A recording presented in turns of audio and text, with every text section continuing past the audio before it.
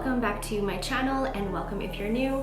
My name is Megan and I create videos all about mindset, personal development, and really just finally going after your dream life. Today's video, we are talking all things fitness, and I'm actually very excited to just get back into taking really good care of my body. That's definitely something that's kind of gotten away from me in the last year or so, and I've been feeling it. So a couple disclaimers here. First of all, I am not a nutritionist, I am not a fitness coach. So this is really just sharing my journey and the things that I'm doing and what works for me, but please make sure that you are doing your due diligence, talking to professionals, and doing what's best for you and your body.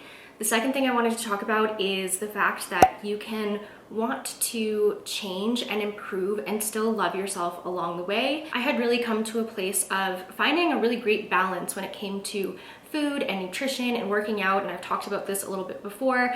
I lost like over 30 pounds way back in the day and found a really good place of maintaining that kind of like comfortable weight for myself for like several years. And it's really only been in the last year that I've kind of started to fall off and I'm starting to feel the effects of it. So right now I'm pretty much exactly 10 pounds heavier than like what my ideal would be, or where I kind of feel like at my best. And I'm just noticing my energy levels, the way that my clothes are feeling, like all of those little annoying things that I just know I would feel better if I was taking better care of myself. I'm really excited to get back to that point, and I thought I would kind of share with you my philosophy, or the way I'm going to be going about my goal, which is to lose 10 pounds within my 90-day challenge. If you're not familiar with my challenge yet, I will leave a link down below, so definitely check it out. It's 3 months long, it's not too late, like literally hop on it today and join me. The number one focus for me when it comes to getting myself back into a place of feeling good is I don't want to get obsessive.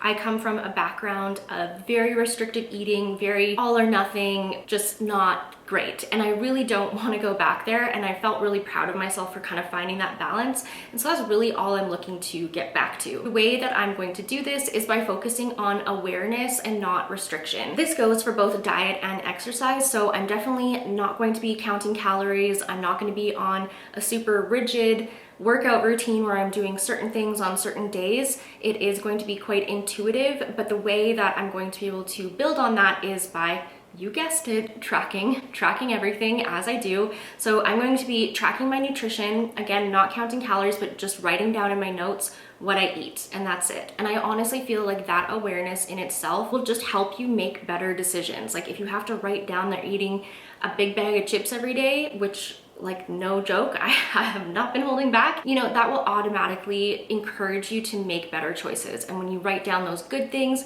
it feels really good. And again, you want to continue it. Same thing with my workouts. I'm going to be moving my body 15 minutes or more every single day, and that's 5 to 7 days a week. I have given myself a little bit of leeway because I think that's where the sustainability comes in. There are going to be times where you're not working out 7 days a week. So when you give yourself that little bit of space, it just takes the pressure off and it makes it a little bit more enjoyable. When you do take those days off, then it really feels special. I am going to be weighing myself and taking before photos or progress photos, progress videos. I think those are really impactful to have. One caveat, I don't know how to say it, about the weighing yourself is just know yourself. If this was a few years ago, I would probably be better off not weighing myself and getting obsessive with the scale. I trust myself enough now to just use that as a piece of data and not as a piece of my worth. If it's something that you think you could get really obsessive about, then just forget the scale, and that's where I think your clothes come into play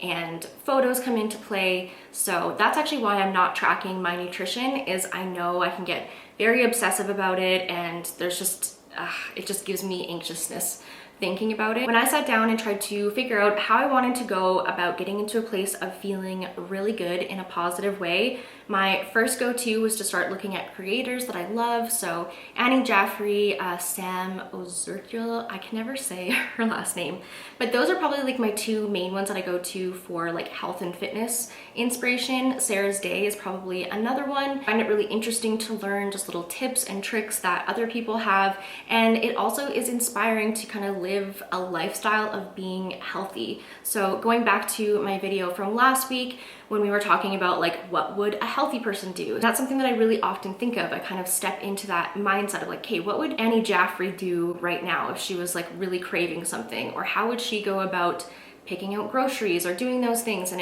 you kind of start to step into a new lifestyle that can be really exciting. Of course, setting up your environment for success is super important. So having your weights where you can see them, or having your water bottle ready to go every day, like those visual cues are of course very important. But something that's maybe a little bit against the grain of most advice is I actually like to have a few like goodies on hand. And a lot of times I'll choose kind of like the healthier version or like the vegan version or whatever it is. So they're not the best of the best, but in those moments where I just want something, I don't end up spending $40 ordering skip the dishes on a meal that's like mediocre and I don't enjoy that much, and then end up feeling kind of gross after. And lastly, accountability. So for myself, you guys honestly are my accountability, and showing up on social media is part of my accountability, and that's one thing I actually really love about social. So I hope you enjoyed today's video and got a little bit of inspiration.